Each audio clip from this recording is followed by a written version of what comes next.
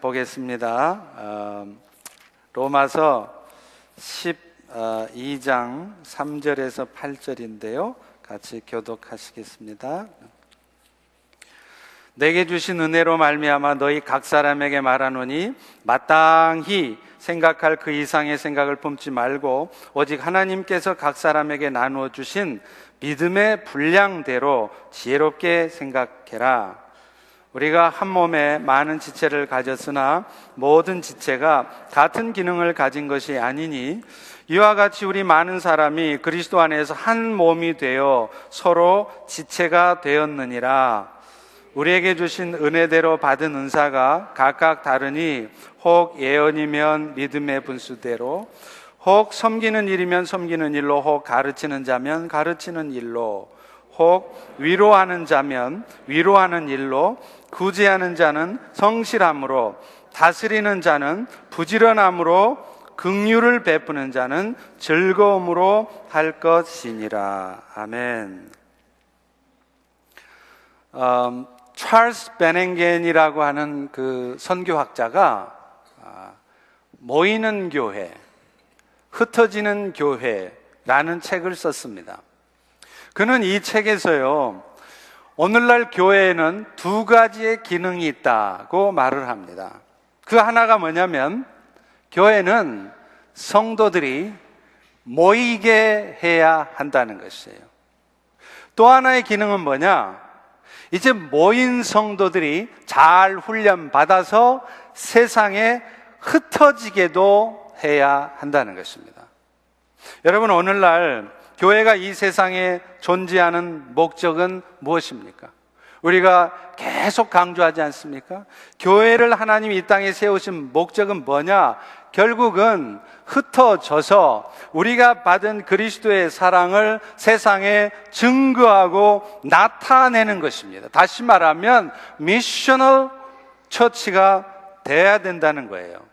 그런데요, 이 일이 이루어지려면 우리가 먼저 해야 될 일이 있어요.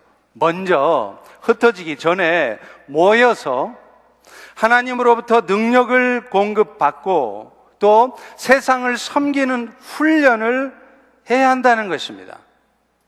이것을 위해서 교회는 모이기를 힘써야 하는 것입니다. 교회가, 성도들이 만약에 모이기를 힘쓰지 않고 흩어져서 세상을 섬기려고 한다면 우리는 결코 세상을 그리스도의 사랑으로 잘 섬길 수 없습니다. 그리고 어쩌면 그런 섬김은요, 그리스도의 사랑을 나타내는 게 아니라 내 이름을, 자기의 의의를 나타내는 섬김이 될 수 있다는 것입니다. 오늘날 교회된 성도들은 세상에 흩어지기 전에 먼저 모여야 합니다. 모여서 위로부터 능력을 공급받아야 돼요. 그리고 혼자 하지 말고 함께 세상을 섬겨야 합니다. 만약에 혼자의 힘으로 세상을 섬기려 하거나 자신이 세상에서 쌓았던 지식과 어떤 세상의 경험을 가지고 세상을 섬기려고 한다면 그것은 굉장히 비효율적이거나 혹은 불가능하기까지 합니다. 근데요, 하나님은 우리가 이렇게 세상을 섬기기 위해서, 그런 잘 섬기려고 하는 마음으로 먼저 모이기에 힘쓰고 있으면 어떤 은혜를 주시느냐 하면 우리에게 은사를, 탤런트를, 세상을 섬길 수 있는 탤런트를 부어주신다는 거예요. 평소에는 은사가 잘 나타나지도 않고 그 은사가 잘 개발이 되지도 않아요.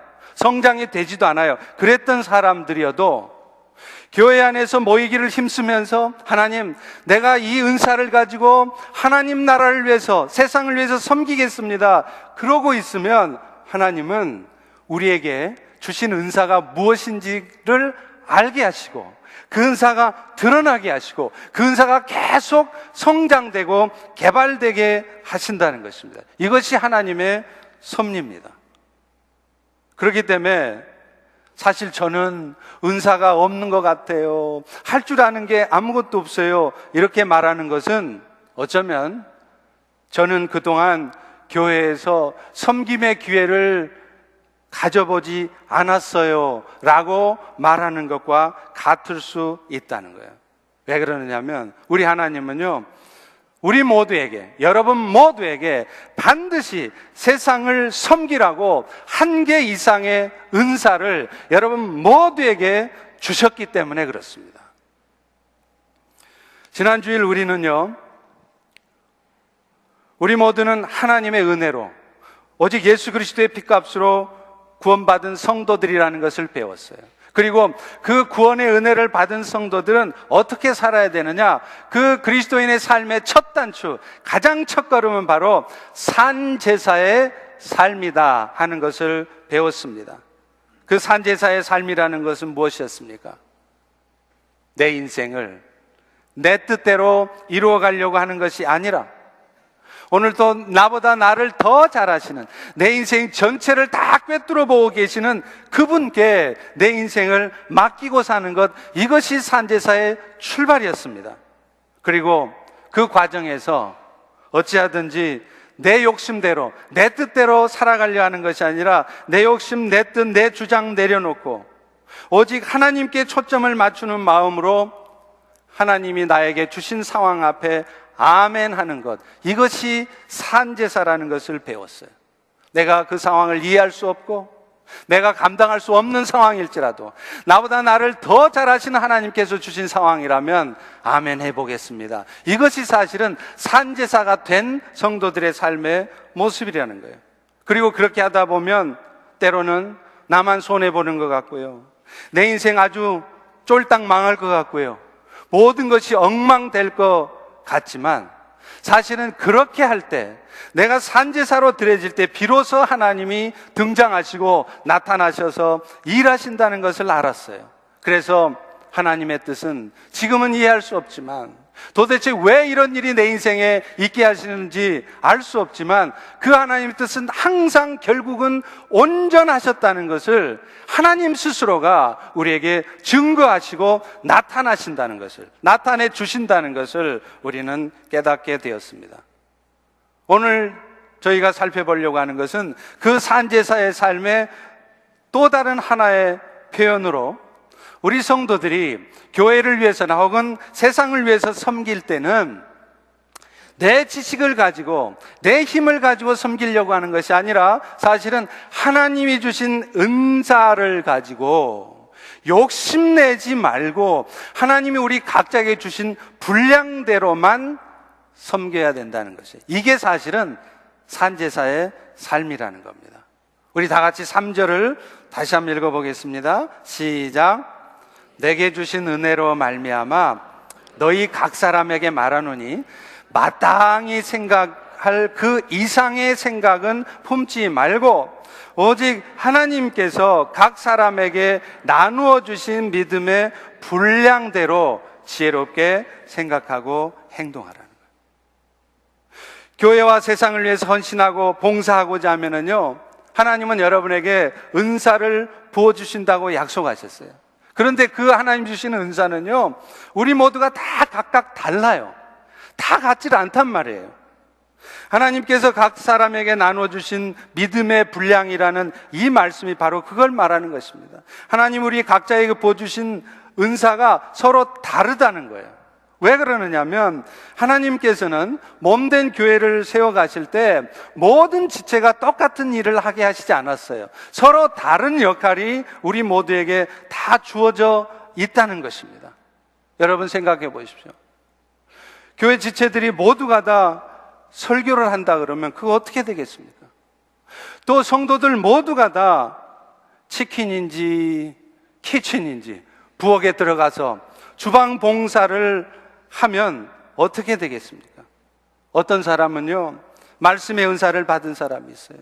또 어떤 사람은 섬김의 은사를 가진 사람이 있습니다. 심지어 어떤 사람은 앞장서서 회중을 이끌어 가야 될 은사를 가진 사람들도 있어요. 예를 들면 우리 장로님 같은 분들 말이죠. 그런데 그런 분들이 앞서서 리더 역할을 하는 것은 결코 그분들이 잘난 척하는 게 아닌 거예요. 그것이 그분들이 받은 은사이고 또 교회를 위해서 해야 되는 역할이기 때문에 하는 것입니다. 오늘 본문 4절과 5절도 그렇게 말씀하고 있잖아요.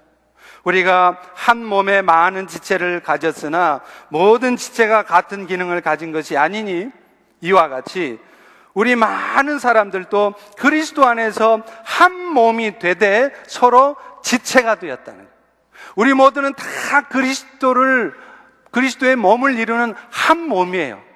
우리 모두는 사실은 다 같은 식구예요. 여러분 눈에는 어설퍼 보이고 여러분 눈에는 지체 중에 마음에 미움이 드는 지체가 있을지 모르지만 사실은 여러분들은 다 한 가족, 한 몸이란 말이에요. 그런데 지체가 된 여러분들이 서로의 역할을 해주고 각자 받은 은사와 역할대로 이렇게 열심히 잘 하고 있으면 사실은 그럴 때 몸된 교회가 성장하게 되어 있다는 것입니다. 우리 교회는 왜 이 모양이야?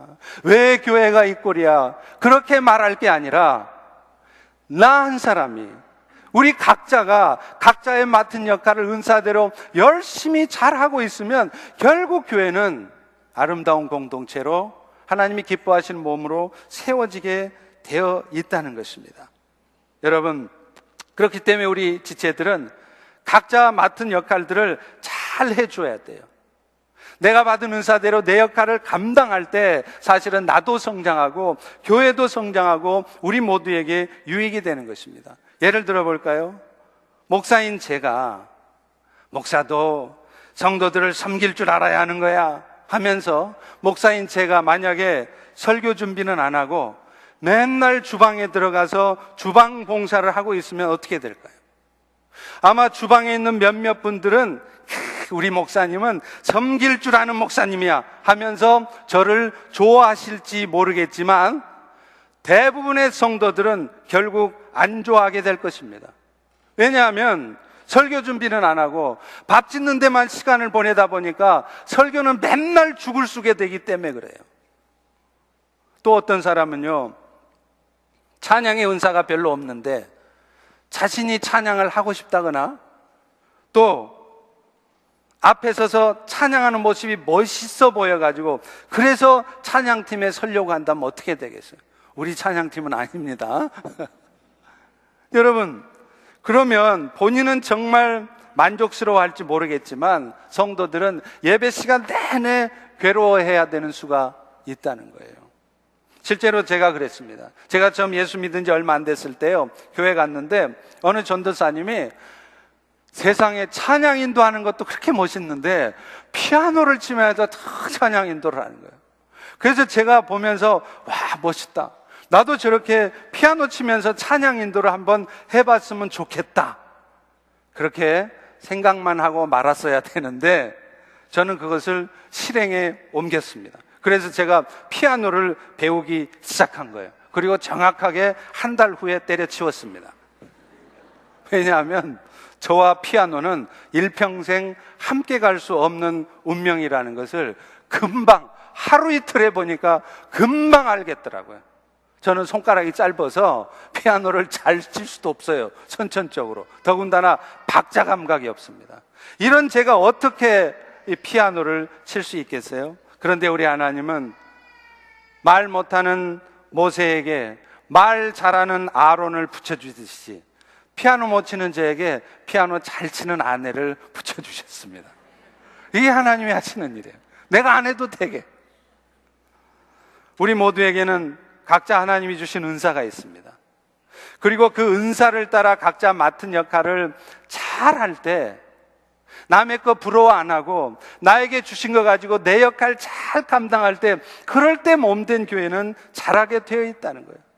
베드로전서 4장 11절에도 그렇게 말씀합니다. 누가 말을 하려면 하나님의 말씀을 하는 것 같이 해라.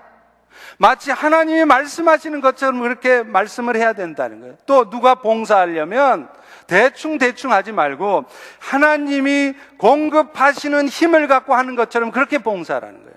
그런데 여러분, 어떨 때 하나님이 힘을 공급해 주신다고요? 모이기를 힘쓸 때, 세상을 섬기기 위해서 모이기를 힘쓸 때 하나님 우리에게 힘을 공급하시고, 그럴 때 우리는 그 하나님이 공급하시는 지혜와 그 힘을 가지고 세상을 섬길 수 있다는 거예요. 오늘 베드로 사도도 우리에게 그것을 말씀하고 있는 것입니다. 그러므로 사랑하는 성도 여러분, 여러분, 은사가 없다고 불평하지 마세요. 여러분이 먼저 하셔야 될 일은 일단 섬겨보십시오. 섬겨보시면 내가 과연 어떤 은사를 갖고 있는지 그 은사가 드러나요. 그리고 더 놀라운 것은 아무리 내가 노력해도 그 은사가, 그 탤런트가 발전하거나 개발되지 않던 사람이 몸된 교회를 위해서 혹은 세상을 섬기는 마음으로 그 봉사를 하고 있으면 그 은사가 자꾸 개발됩니다. 희한하게 그 은사가 발전이 되게 돼 있다는 것입니다. 오늘 우리가 살펴보려고 하는 그 하나님의 주신 은사는, 오늘 로마서 본문에서는 7개의 은사를 설명을 하고 있어요. 오늘 본문 6절, 7절, 8절이 그것을 말합니다. 우리 다 같이 다시 한번 읽어보겠습니다. 시작. 우리에게 주신 은혜대로 받은 은사가 각각 다르니 혹 예언이면 믿음의 분수대로, 혹 섬기는 일이면 섬기는 일로, 혹 가르치는 자면 가르치는 일로, 혹 위로하는 자면 위로하는 일로, 구제하는 자는 성실함으로, 다스리는 자는 부지런함으로, 긍휼을 베푸는 자는 즐거움으로 할 것이니라. 오늘 본문 로마서에는 7개의 은사가 나와 있어요. 그런데요, 사실은 이 성경에 언급되지 않은 수많은 은사가 우리 모두에게 사실은 있습니다. 우리가 흔히 그런 말 하잖아요. 저 사람은 재능을 타고났다는. 사실 그 재능이라는 것이 알고 보면 하나님이 우리 모두에게 부어주신 은사인 것입니다. 오늘 우리는 그 은사들 중에 특별히 이 로마서가 언급하는 7개 은사들을 한번 살펴보려고 해요. 가장 첫 번째 나오는 것이 예언의 은사를 말하고 있습니다. 그런데 여러분, 오늘 로마서 본문이 말하는 예언의 은사는 미래를 예측하는 차원의 은사를 말하는 것은 아닙니다. 물론 성경에서도 미래를 예측하는 차원의 예언들이 있었던 것을 확인할 수 있어요. 사도행전 11장 28절에 보면 아가뽀가 예언을 해요. 그런데 뭐라고 예언하느냐? 이제 소아시아의 지역에 얼마 지나지 않아서 큰 흉년이 찾아올 것이다, 이렇게 예언을 했는데 정확하게 이 예언은 나중에 글라우디우스 황제 때 정확하게 이루어집니다. 그런데 우리가 한 가지 알아야 될 것은요, 이런 의미의 예언의 은사는 오늘날에는 아주 신중하게 받아들여져야 한다는 것입니다. 왜냐하면 오늘날 교회에서 생겨지는 문제들 중에는 이 예언의 은사 때문에 발생되는 문제들이 의외로 많기 때문에 그렇습니다. 간혹 깊은 산속에 들어가서 무슨 삼각산에서 기도했네, 무슨 청계산에서 기도했네, 열심히 기도하는 중에 예언의 은사를 받았다고 하는 분들이 계세요. 물론 그런 분들이 다 그런 것은 아니지만 그런 사람들은 십중팔구 교회의 문제를 일으킵니다. 마치 기독교 점장이처럼 행동을 하는 거예요. 어떤 사람이 사업을 시작하면 사업이 잘 될 것인지 안 될 것인지, 또 자녀가 직장에 취업이 될 것인지 안 될 것인지, 또 어떤 직장에 들어가야 되는지를 말을 해줍니다. 그런데 여러분, 이런 일은 아주 위험한 일입니다. 왜냐하면 사탄은요, 이런 은사를 가진 자들을 통해서 교회가 오히려 영적으로 혼란에 빠지도록 역사하는 경우가 많기 때문에 그렇습니다. 그래서 결국에는 성도들로 하여금 하나님의 말씀에 근거한 건강한 신앙생활이 아니라 틈만 나면 자꾸만 예언기도 받으러 다니게 해요. 그리고 신비한 체험을 하게 하는 집회만 쫓아다니게 만들어요. 그래서 결국에는 건강하지 못한 신앙생활, 신비주의적인 신앙생활을 하게 만든다는 것입니다. 실제로 제가 본 교회들 중에도 그런 케이스가 있었습니다. 어느 개척교회 집사님 한 분이요, 기도를 참 많이 하셨어요. 기도를 많이 하시는 건 좋은데 기도를 많이 하다 보니까 예언의 은사를 받으셨습니다. 근데 문제는 성도들이 점점 목사님의 답답한 설교 말씀보다는 콕 집어서 말해주는, 어떻게 해야 될지를 콕 집어서 얘기해주는 그 집사님의 말을 듣기 시작했다는 거예요. 그래서 어느 순간서부터는 목사님의 답답한 설교는 귀에 하나도 안 들어와요. 그래서 뭔가 답답한 일이 있고 뭔가 어려운 일이 있으면 그 예언의 은사를 받은 집사님을 찾아가요. 집사님, 이 문제 좀 기도 좀 해봐. 하나님 뭐라고 말씀하셔? 그래서 결국 교회 안에는 갈등과 분열이 시작되었습니다. 목사님을 옹호하는 성도들과 그 예언의 은사를 받은 집사님을 중심으로 뭉친 성도들이 서로 싸우다가 결국은 교회가 깨지게 되었습니다. 여러분, 이것이 바로 사탄의 목표이고 전략이에요. 그래서 결국은 교회를 깨뜨리는 것이 그 사탄의 목표라는 거예요. 제가 처음 예수 믿을 때도요, 참 많은 영적 체험을 했습니다. 제가 이런 것들을 얘기하는 것은 저를 드러내고 저를 자랑하려고 하는 게 아니에요. 우리의 신앙생활이 초점이 어디에 있어야 하는지를 분명히 말씀드리고 싶어서 말씀을 하는 것입니다. 저는 예수님을 영접한 날, 첫날 방언의 은사를 받았어요. 1차 방언, 따따따 하는 애기 방언, 그리고 2차 방언, 나중에 천국의 음악 소리 같은 천국 방언을 받았습니다. 눈만 감으면요, 제 눈앞에 하얀 은빛 십자가가 나타나는 그런 신비한 체험도 했습니다. 그 이후에도 제가 방에서 기도를 하고 있으면요, 갑자기 노크 소리가 나요. 누가 왔나 하고 문을 열어보면 아무도 없습니다. 사탄이 제 기도를 방해하는 거예요. 그리고 어떤 때는요, 교회당에 앉아서 기도하고 있잖아요. 그러면 뒤쪽에서 막 시끄러운 소리가 나요. 시끄러운 소리가 나서 무슨 소린가 하고 보면 저 교회당 뒤편에 귀신들이 치고받고 싸우는 모습이 보여요. 제 눈에만 보이는 것입니다. 어떤 때는요, 하나님, 오늘따라 치킨이 먹고 싶네요. 그러잖아요. 그날따라 전혀 모르는 사람이 저에게 치킨을 사가지고 옵니다. 그런데 그런 영적인 체험을 막 신나게 하다가 어느 순간서부터 하나님은 일절 저에게 그런 체험들을 하지 못하게 하시는 거예요. 신학교 들어갈 무렵이었습니다. 그래서 제가 답답한 마음에 하나님의 음성을 듣고 싶어서 한국에서 유명하다는 기도원은 다 방문을 했습니다. 하나님, 내가 신학교 가는 것이 하나님 뜻이 맞습니까? 그렇다면 저에게 분명하게 물리적인 음성으로 저한테 신학교 가라고 분명히 음성을 들려주세요. 그러면 가겠습니다. 일주일씩 금식 기도를 하면서 음성 들려달라고 그랬습니다. 그런데 하나님은 결국 신학교에 들어갈 때까지 음성을 듣지 못하게 하셨어요. 그리고 어느 날 기록되어진 말씀, 이사야 43장 1절 2절의 말씀을 통해서 마침내 음성을 들려주셨습니다. 너는 두려워하지 말라. 내가 너를 구속하였고 내가 너를 지명하여 불렀나니 너는 내 것이라. 네가 물가운데로 지날 때에도 내가 너와 함께 할 것이라. 이 말씀을 읽는데요, 엄청나게 큰 하나님의 음성이 들리는 거예요. 물론 물리적인 음성이 아니었습니다.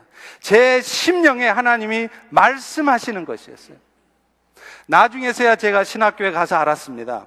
기록되어진 하나님의 말씀을 읽고 듣는 것이 곧 하나님의 음성을 듣는 것이고, 그래서 하나님의 음성을 듣고 싶으면 기도원까지 안 가도 지금 이 순간에도 이 선포되는 말씀 가운데에서도 하나님은 우리의 귀에 하나님의 음성을 들려주고 있다는 사실을 그제서야 깨달았어요. 사랑하는 성도 여러분, 여러분들도 하나님의 음성 듣는 법을 배우셔야 돼요. 그리고 하나님의 음성을 듣는 내 내면의 심령에 말씀하시는 것을 듣는 훈련을 하셔야 됩니다. 하루아침에 물론 되지 않습니다. 하나님의 음성은 물론 이 시대에도 물리적인 음성으로 우리의 귀에 들릴 때가 있어요. 그러나 거의 대부분 하나님은 우리에게 그런 방식으로 말씀하지 않으십니다. 예언의 은사를 받은 누군가의 입술을 통해서 우리에게 말씀하지 않으세요. 어떤 때는 그렇게 하실 때도 있지만 대부분은 여러분 스스로가 하나님의 말씀을 깊이 묵상하고 있을 때, 또 여러분이 깊은 기도 가운데 들어가 있을 때 성령님은 여러분의 내면에 세미한 음성으로 그 하나님의 말씀이 들려지게 하세요. 마치 하나님이 내 귀에다 대고 크게 말씀하시는 것처럼 여러분의 심령에 하나님이 말씀하시는 것입니다. 여러분, 저 역시도요, 지금도 성도님들을 위해서 깊은 기도를 하게 되면 어느 순간 성령께서 말씀해 주실 때가 있어요. 지금 그 집사님이 현재 어떤 영적 상태인지, 하나님은 왜 그분으로 하여금 지금 그런 상황 가운데 있게 하셨는지 알게 하실 때가 있습니다. 또 어떤 때는요, 제가 누군가를 위해서 정말 아픈 마음으로 기도하잖아요. 그러면 그분의 지금 영적인 상태를 보여주세요. 한 장의 픽처로, 그림으로 딱 보여주십니다. 환상 가운데 그분이 지금 어떤 마음의 아픔과 어떤 영적인 혼란 상태에 있는지를 보여주실 때가 있어요. 그렇지만 저는 그런 것들을 절대로 함부로 말하지 않습니다. 왠지 아세요? 저 역시도 그것이 정말 성령께서 주신 생각인지, 성령께서 보여주신 환상인지, 아니면 저의 감정적인 생각인지, 심지어는 사탄이 주준 생각인지 저도 판단하고 확신할 수가 없기 때문에 그렇습니다. 이렇게 오늘 본문에서 말하는 예언의 은사라는 것은 지금 말하는 것처럼 미래에 일어날 일을 알아맞히는 그것을 말하는 게 아닙니다. 말씀을 통해서 하나님의 뜻을 잘 전달하는 은사예요. 따라서 예언의 은사가, 오늘 로마서 본문에서 말하는 예언의 은사가 가장 필요한 사람들은 말씀을 전하는 일을 해야 할 목사나 전도자나 성경 교사들이에요. 여러분, 예언의 은사가 있는 사람이 말씀을 전할 때 그 말씀은 힘이 있습니다. 말씀을 듣는 사람들이 심령에 불을 던져요. 그렇기 때문에 사실 말씀을 전하는 사람들에게 가장 필요한 게 뭐냐? 예언의 은사라는 거예요. 만약 목사가 예언의 은사가 없다면 얼마나 많은 성도들이 고생을 하겠습니까?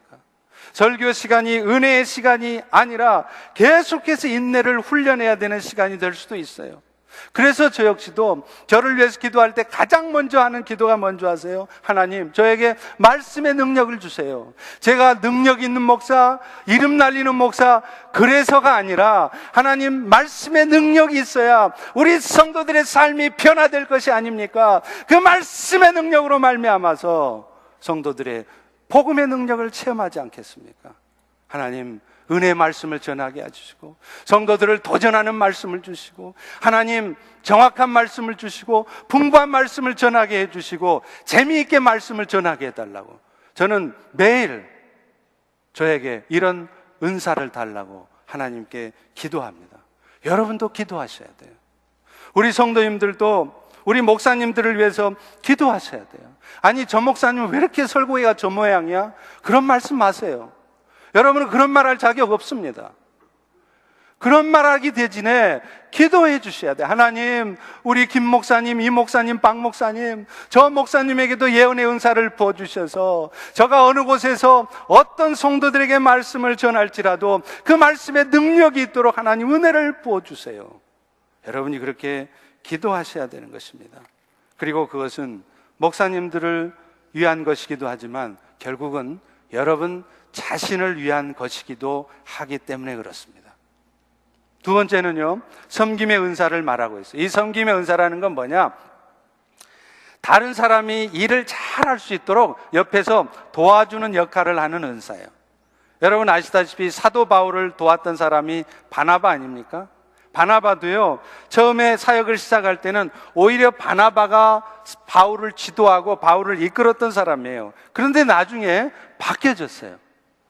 이제는 바나바가 바울의 사역을 도와요. 바울의 뒷공무니를 쫓아다니면서 오히려 바울의 사역을 돕습니다. 사실 오늘날 우리 성도들도요, 누구든지 1인자가 되려고 하지 2인자가 되려고 안 해요. 누구든지 담임 목사가 되려고 하지 평생 부목사로 있으려고 하지 않습니다.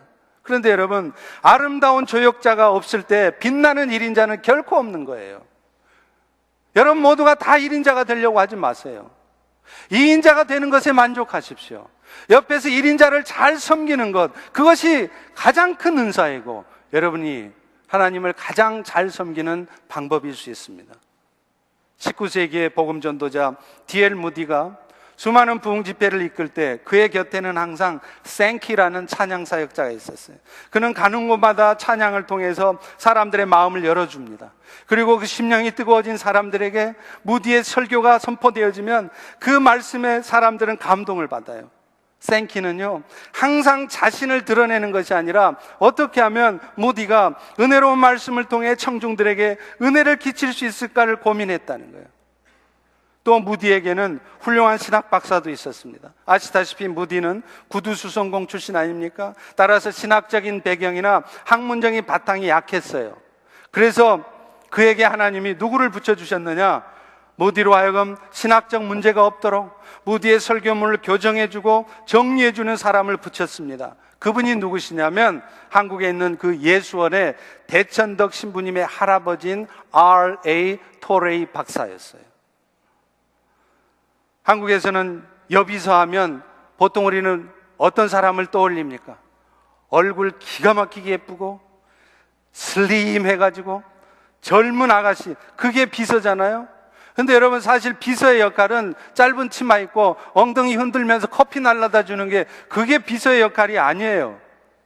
서양에 있는 여비서들 대부분 나이가 지긋합니다. 어떤 여비서는요, 사장보다 나이가 더 많아요.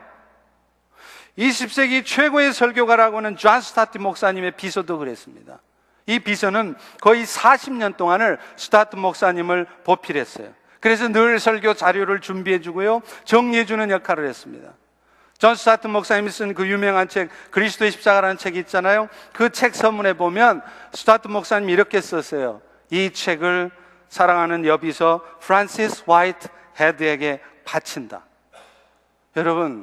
여러분들도 자꾸 앞장서서 리더만 되려고 하지 마시고 조용히 뒤에서 섬기는 자가 되시기를 바랍니다. 그것이 하나님이 여러분에게 주신 은사일 수 있습니다. 세 번째는 가르치는 은사예요. 이 은사는요, 어떤 면에서 보면 예언의 은사하고 아주 비슷합니다. 그래서 대부분의 경우에는 이 예언의 은사가 있는 분들은 대부분 가르치는 은사가 있는 경우도 많아요. 그런데 꼭 같지는 않습니다. 굳이 비교하자면, 정확한 설명은 아닙니다만은 굳이 설명을 하자면 예언의 은사가 설교하는 은사라고 한다면 가르치는 은사는 강의하는, 렉처하는 은사예요. 대체적으로 교사들에게 이런 은사가 필요합니다. 여러분, 만약 가르쳐야 될 역할을 하는 분이 이런 은사가 없다면 정말 난감한 일이에요. 교수들 중에도 그렇잖아요.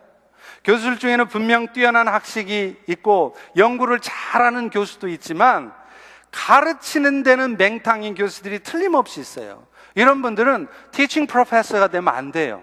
그냥 리서치하고 연구하는 교수가 돼야 돼요. 행정하는 교수가 돼야 되는 거예요. 신학교 시절에 선교학을 가르치던 교수님이 있었습니다. 이분은요, 정말 평생을 주님을 위해 헌신한 분이에요. 정말 인격적으로는 존경하는 분입니다. 선교학적인 측면에서도 많은 업적을 쌓으셨습니다. 그런데 이분은 가르치는 은사 대신에 최면의 은사가 있으세요. 그래서 이분이 강의를 시작하면 거의 모든 학생들이 5분 안에 다 졸기 시작해요. 최면술사가 와도 그렇게 못할 것 같아요. 이런 분들은요, 강의실에 있으면 안 돼요. 그냥 선교 현장에 계속 계셔서 그냥 돌아가실 때까지 거기 계시든지, 아니면 학교에 오시려거든 티칭 프로페서가 아니라 연구하는 교수가 되셔야 되는 것입니다. 오늘 우리 교회 안에서도 그렇잖아요. 가르치는 봉사를 하셔야 될 분이 있을 거예요. 물론 교회 상황이 이렇게 여의치가 않아서 어쩔 수 없이 해야 되는 상황이 있을 수도 있을 겁니다. 그러나 만약 내가 가르치는 역할을 해야 되는 분이라면 나는 정말 가르치는 은사가 있는지 없는지 진지하게 살펴보셔야 됩니다. 네 번째는요, 권위하는 은사입니다. 권위라는 것은 목에다가 힘주고 요즘 말로 하면 갑질하는 게 아닙니다. 권면하고 위로한다는 말이에요. 힘들어서 못 살겠다고 하는 사람들이 이런 권위의 은사를 가진 사람을 만나면요, 놀랍습니다. 1시간만 대화해도요, 힘을 막 얻어요. 여러분, 사실 오늘날 권사의 직분이 있잖아요. 이 권사의 직분도 사실은 어떤 분들이 세워져야 되느냐, 이 권위의 은사가 있는 분들이 되셔야 돼요. 그래서 성도들 중에 낙심하고 가라앉아 있는 성도들이 있으면 누가 말하지 않아도 찾아가서 그들로 하여금 위로를 얻게 하고 힘을 얻게 하는 것, 이것이 사실은 권사가 하는 일인 것입니다. 그런데 우리 하나님은요, 이런 위로의 은사를 얻게 하기 위해서 먼저 하시는 작업이 있어요. 먼저는 그 자신들이 고난 가운데 처하게 하신다는 거예요. 여러분 주변에도 대부분 위로의 은사를 가지신 분들 한번 보세요. 그분들 대부분이 자신이 분명히 환난을 경험하신 분이에요. 심지어 어떤 분은 이혼의 아픔을 겪으신 분도 있고요, 상처의 아픔을 겪으신 분도 있고요, 비즈니스가 아주 쫄딱 망해가지고 길거리에 나앉는 그런 아픔을 경험하신 분도 있어요. 자식 때문에 교도소를 오가면서 자식 때문에 속 썩혔던 그런 아픔을 겪었던 부모들도 있어요. 그런데 하나님은 그런 분들을 위로하는 자로 세우신다는 거예요. 하나님은 그런 환난 가운데 그리스도로 말미암는 위로를 경험하게 하시고, 그래서 그 위로를 가지고 또 다른 환난 당한 자, 또 다른 마음의 아픈 자들을 위로하도록 하시려고 그런 아픔을 먼저 겪게 하시는 거예요. 고린도후서 1장 4절에도 말합니다. 우리의 모든 환난 중에서 우리를 위로하사 우리로 하여금 하나님께 받는 위로로 모든 또 다른 환난 가운데 있는 자들을 능히 위로하게 하시는 이시다. wounded healer라는 말 들어보셨습니까? 상처 입은 치유자란 말이에요. 진정한 치유자가 되기 위해서는 먼저 자신이 상처를 입어봐야 돼요.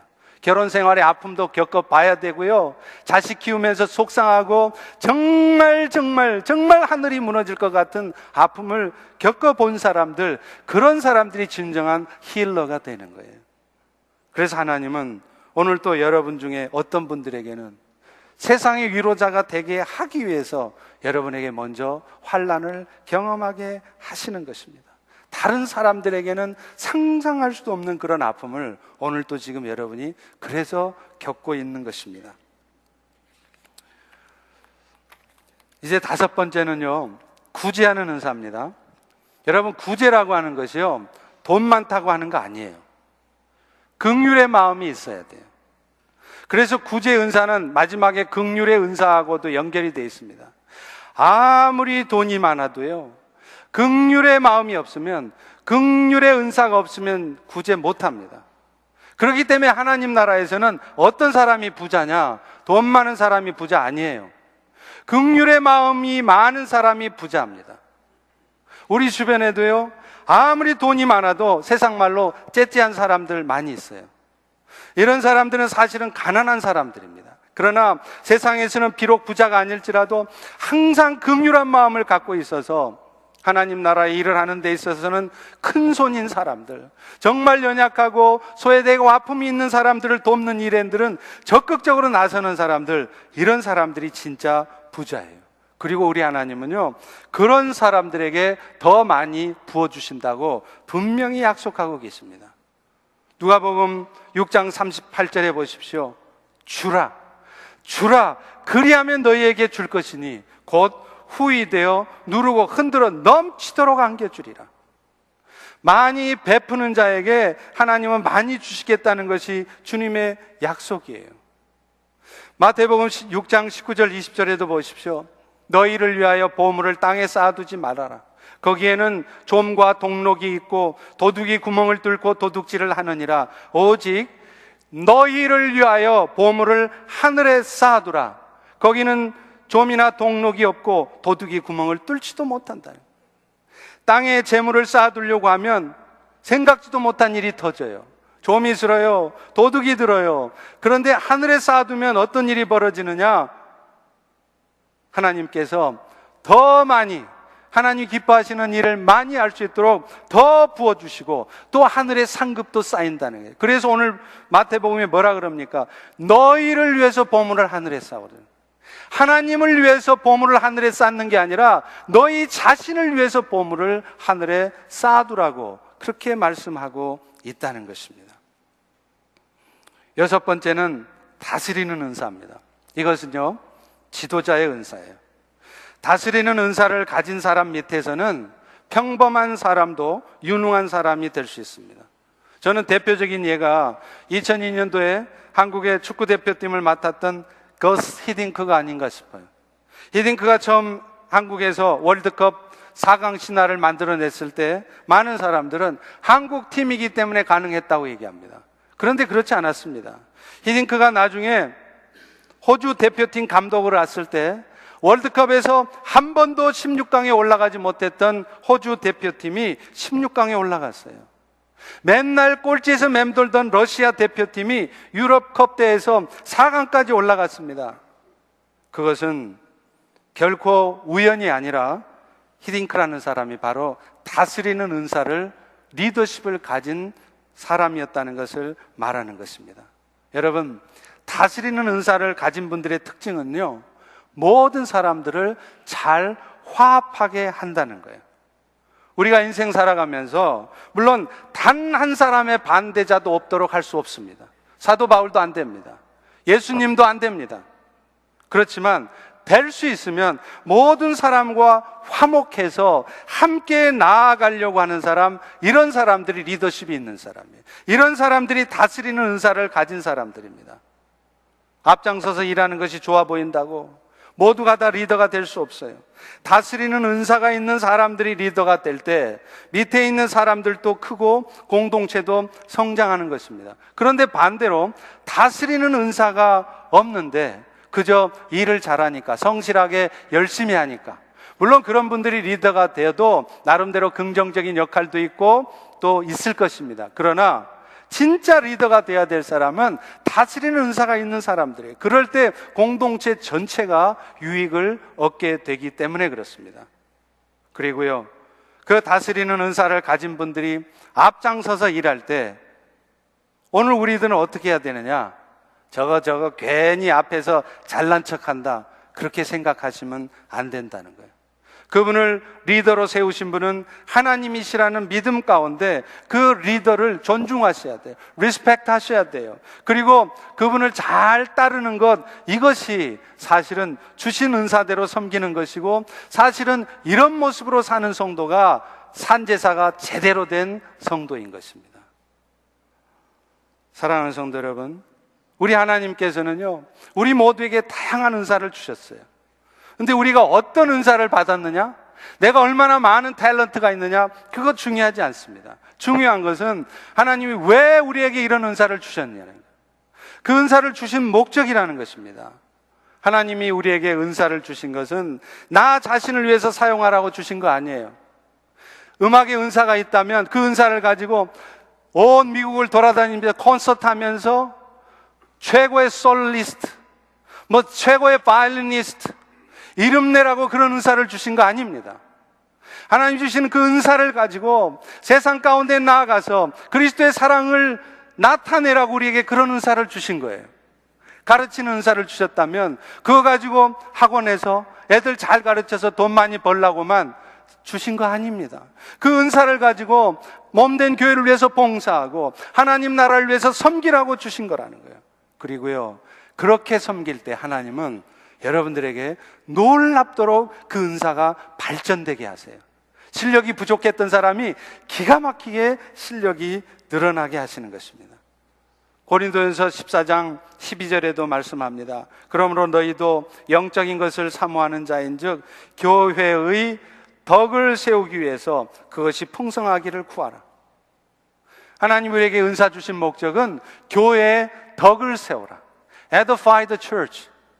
교회를 세우라고 은사를 주셨다는 거예요. 그렇기 때문에 여러분도 나는 은사가 없어, 나는 할 줄 아는 게 아무것도 없어, 그렇게 말씀하지 마시고 하나님, 나도 교회를 edify 하기 위하여, 교회를 세우기 위해서 나에게 은사를 주세요. 은사가 필요합니다. 그러면 여러분에게 없던 은사도 있게 되는 거예요. 여러분들에게 그 은사가 놀랍게 발전되도록 하시는 것입니다. 그런데 또 한 가지 기억해야 될 게 있어요.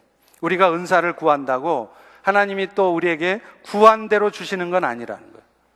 고린도전서 12장 11절에 보면 이렇게 말합니다. 이 모든 일은, 은사 주는 일이에요, 한 성령이 행하사 그의 뜻대로 각 사람에게 나누어 주는 것이라. 모든 은사들은 우리 뜻대로 주어지는 게 아니에요. 내가 바란다고 주어지는 게 아니라 하나님의 뜻대로, 성령께서 당신의 뜻대로 주시는 거예요. 그렇기 때문에 여러분 중에도 아마 방언의 은사 못 받으신 분들이 있을 겁니다. 여러분, 방언의 은사 못 받았다고 낙심하지 마세요. 방언의 은사를 받은 사람은 아주 영적으로 수준이 있는 사람이고, 방언도 못하는 나는 영적으로 수준이 낮은 사람이고, 아닙니다. 은사와 영적 수준은 아무 상관이 없어요. 여러분, 진정한 영성이 뭔지 아세요? 스피리추얼리티가 뭔지 아세요? 은사 많이 있는 사람이 은사가 많이 나타나는 사람이 스피리추얼한 사람 아니에요. 진짜 스피리추얼은 뭐냐? 예수 그리스도의 사랑으로 오늘 또 세상을 축복하고 사랑으로 섬기는 사람, 이 사람이 스피리추얼맨입니다. 이것이 스피리추얼리티예요. 그렇기 때문에 여러분, 은사 없다고, 나 방언의 은사 못 받았다고 낙심하지 마세요. 그러나 오늘 말씀처럼 우리는 그 은사를 구해야 되는 건 맞습니다. 열심히 구하십시오. 그러나 주시지 않는다 할지라도 그것 때문에 불평하지 마세요. 오히려 주신 것에 감사하세요. 남의 것을 부러워만 하지 말고 자기 것에 대해서 불평 안 하는 것, 이것이 진짜 산제사된 성도의 삶이에요. 왠지 아세요? 하나님은 우리에게 대단한 것을 요구하지 않기 때문에 그렇습니다. 마태복음 25장에 보면 달란트 비유가 나오잖아요. 주인이 돌아와서 종들에게 각자 맡긴 것을 내놓으라 그래요. 그랬더니 2달란트 받았던 사람이 2달란트 남겼고 5달란트 받은 사람이 5달란트 남겼죠. 그때 주님이 뭐라고 칭찬합니까? 5달란트 남긴 사람은 네 잘했다. 2달란트 남긴 사람은 너 2달란트밖에 못 남겼어? 안 그랬습니다. 2달란트를 남겼건 5달란트를 남겼건 칭찬이 똑같았다는 거예요. 이건 뭘 의미하겠습니까? 오늘 내가 얼마나 많은 탤런트를 갖느냐, 그게 중요한 게 아니라는 거예요. 하나님이 주신 은사대로, 하나님이 주신 분량대로 내 것을 가지고 감사함으로 비즈니스 해도 큰 돈 못 벌게 해도 낙심하는 것이 아니라 적은 돈 가지고 적게 세상을 섬기면 그것이 하나님이 기뻐하시는 일이라는 거예요. 비즈니스에서 대박 나려고 하지 마십시오. 하나님은 아무나 대박 내지 않습니다. 모든 사람이 다 대박 나야 되는 것도 아니에요.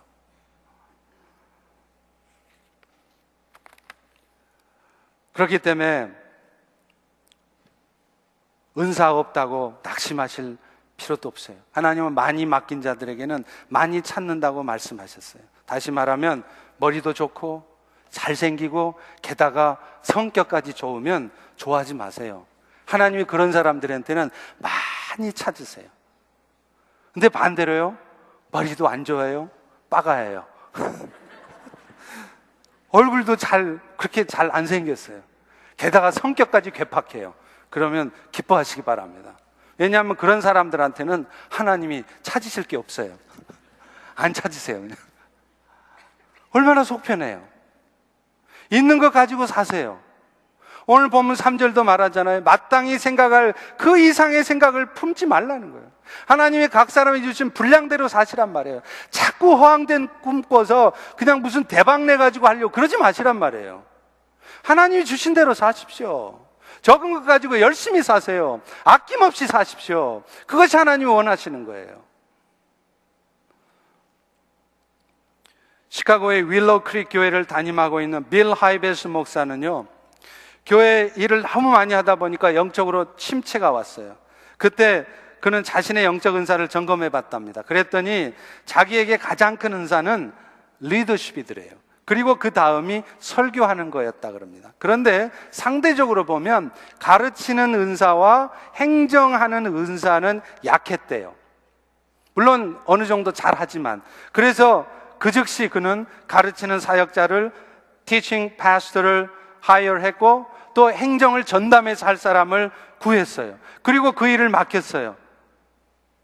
그 역시 가르치는 은사가 없는 거 아니었어요. 행정도 나름대로 잘했습니다. 그런데 거기는 뭐 교회가 아주 풍성한 교회여서 그런지 모르지만 그렇게 다양한 사역자를 구해서 그렇게 하니까 오히려 교회에 큰 유익이 되었다는 것입니다. 하나님께서 각자 주신 은혜대로만 살려고 하면 내가 해도 되고 안 해도 됩니다. 내가 안 세워졌다고 해서 불평하고 섭섭할 것도 없어요. 여러분, 하나님은요, 세워져야 될 사람을 세우십니다. 또 이번 기회에 안 세워졌다고 기회가 없는 것도 아니에요. 남의 거 욕심내지 말고 현재 하나님이 주신 것들에 먼저 감사할 줄 아는 성도가 되시기를 축원합니다.